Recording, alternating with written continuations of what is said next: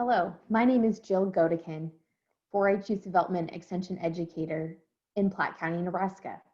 Today, I'm excited to share with you the session called Time You Are in Control.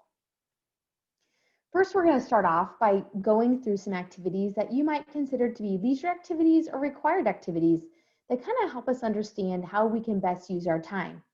Some examples of required activities you see on the right include maybe eating breakfast, going to school, working at a part-time job, helping around the house, having an extracurricular club meeting, meeting with a group for a group project perhaps, cleaning your room, or working on homework. And ideas for a leisure activity could be things like going to the gym or working out, being on your phone, using social media apps, playing video games, going to a movie, hanging out with friends, watching Netflix, going out to eat, or maybe participating in a community service activity. So when we think about how do we spend our time, these are ways that we can bucket our time in deciding what is the first thing we should do in a given day. So for example, when it's time to really make a decision on how you should be using your time and what projects or items should come first, always ask yourself the question, is this activity required for success today? If it's not, then maybe think about doing that later on. Another example is who's relying on you to get something done. So if there's a group of peers relying on you, a teacher, a coach, a parent, or a family member, obviously that's probably a required activity versus a leisure activity. And finally, what does it mean to have a healthy work-life balance? And for you all in high school, that probably means something around, how do we best use our time so we don't become overwhelmed or stressed out? One of the ways that we can consider this is how much can you pack into a day, a week, a month? And I really like this quote. It's by Sean Covey, who has been really has an important role in 7 Habits of Highly Effective Teens. Have you ever packed a suitcase and noticed how much more you can fit inside when you neatly fold and organize your clothes instead of just throwing them in? It's really quite surprising. The same goes for your life. The better you organize yourself, the more you'll be able to pack in. More time for family and friends, more time for school, more time for yourself, and more time for the first things. When I think about this quote, I really think about how packing it in is really not necessarily something that's a bad thing, but it's really more around making sure that we're making the best use of our time. I know you're all busy. I know what a high school student schedule looks like, and it means that you have a lot of demands on your time. So think about packing in as a really great idea for using your time wisely. One of the ways that we can do this is through prioritizing our time. So the word prioritization, what does this actually mean? It means it's the ability to list and rate projects, goals, and tasks in the order of most important to least important, and then follow up with action. So today we're going to look at how we do that. First of all, why should we prioritize? Well, we get the most out of our time when we go through and figure out the items of most important to least important, and then make sure we actually follow up. So for example, you may have a math test tomorrow and you are not familiar with the concepts. So maybe it's a great idea for a most important step is to visit with a teacher, make a study plan, develop some practice problems that you could do. That's just one example of how you can prioritize and prepare yourself for something that's coming up like a test. Some of the other things that you might consider doing for prioritization is to really think about roadblocks, okay? So set a goal for your study time. For example, if you have a math test tomorrow, what might be the most realistic goal? It could be that you're going to talk to your teacher first and get some additional help.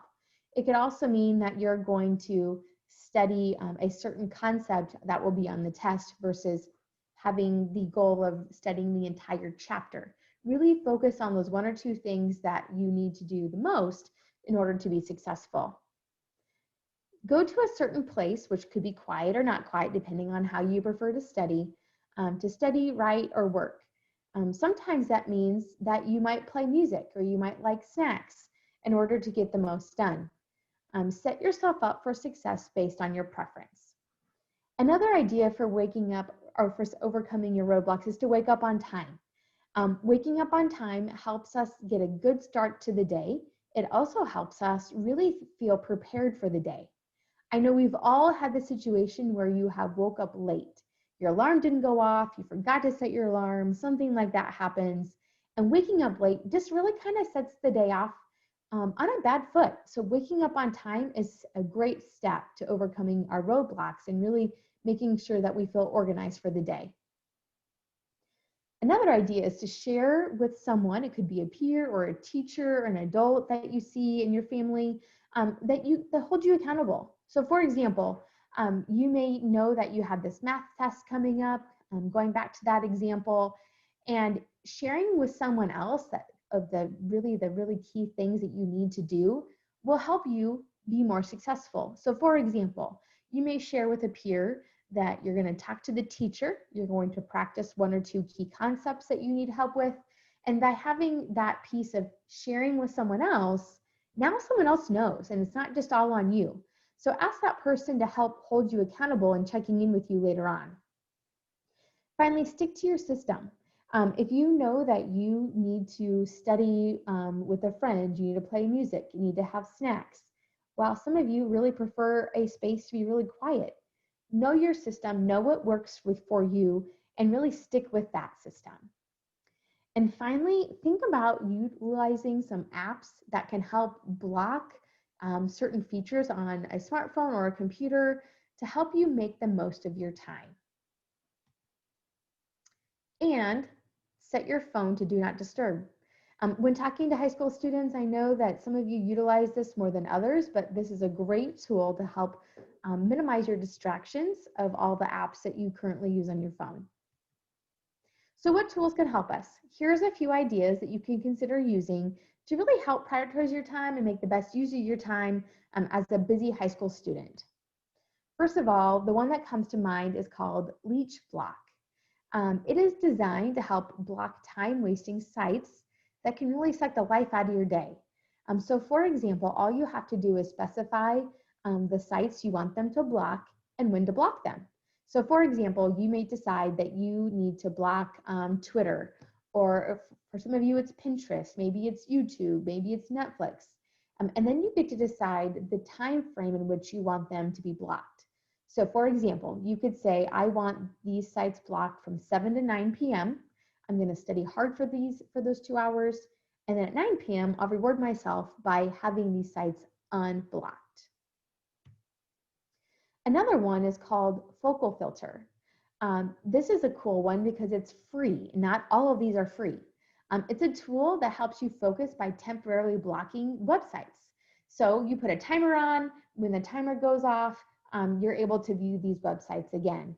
So while they're being blocked, you go to those websites, it won't let you on, which is a great tool to make sure that we're not being distracted. Cold Turkey is another popular one. It temporarily blocks online websites to help you focus and get to work sooner. The cool thing about Cold Turkey is that when you get to the website that you're not supposed to be on and that you've blocked from yourself, you'll see a motivational quote, which I think is a really cool tool to help keep us motivated and not waste our time.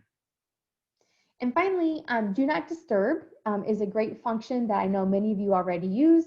If you don't use the Do Not Disturb function on your iPhone, please consider doing that. It's a great way to focus in your time and not get distracted by messages or apps or phone calls. Android also has that function, and so here are the ways for you to figure out how to use those both on iPhone and Android, although I'm sure most of you already know how to make that happen. So as we go through and we think about, well, how do we best use our time? Sometimes the best thing that we can do is learn from others and how maybe they have chosen not to use their time wisely, or how they have not prioritized their tasks. So I have 3 case studies for us to look at today. And for teachers or facilitators in the room, what's going to happen is I will get to a case study, and I will say, now you can pause the recording so that you can go back and have a group discussion about each case study. And when you do that, there's also some questions of prompts for discussion. So teachers, I'm going to say that this is our very first case study. Now would be a great time to pause the recording for you all to have a group discussion or a small group discussion regarding our first case study in Garrett. So teachers, after each case study, there is actually a list of questions such as the one on the screen. So teachers, at this point, you could be having this discussion regarding Garrett as a group. You may also find it easier to pause a couple of times. You could pause again at this case study, or you can pause here at the questions. So teachers, go ahead and pause, and we'll go on then to our next case study. This one's about Charlie in a military perspective. Again, you can pause and have your students go through this at any point that makes sense for you. And then Charlie also has a set of questions for you all to discuss.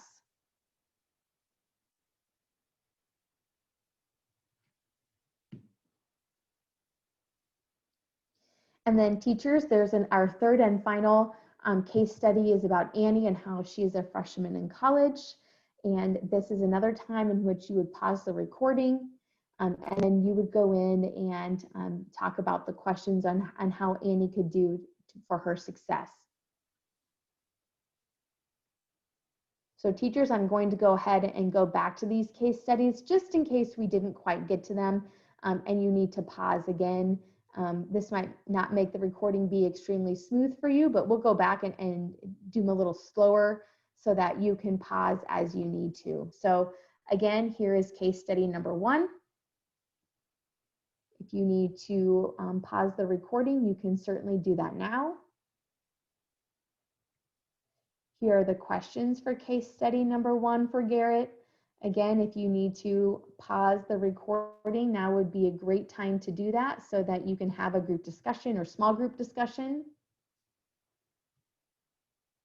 Here's case study number 2 for Charlie in a military example. So go ahead and pause for case study number 2.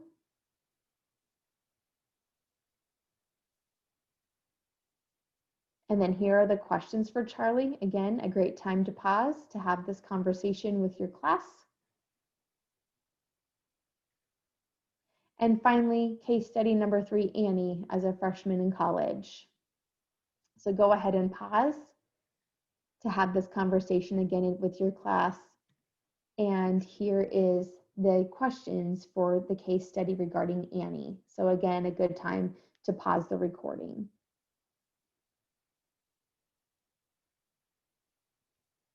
So high school students that were participated in our session today, after you have gone through all of the recordings, I'd like to go back here and just revisit this slide with Stephen Covey.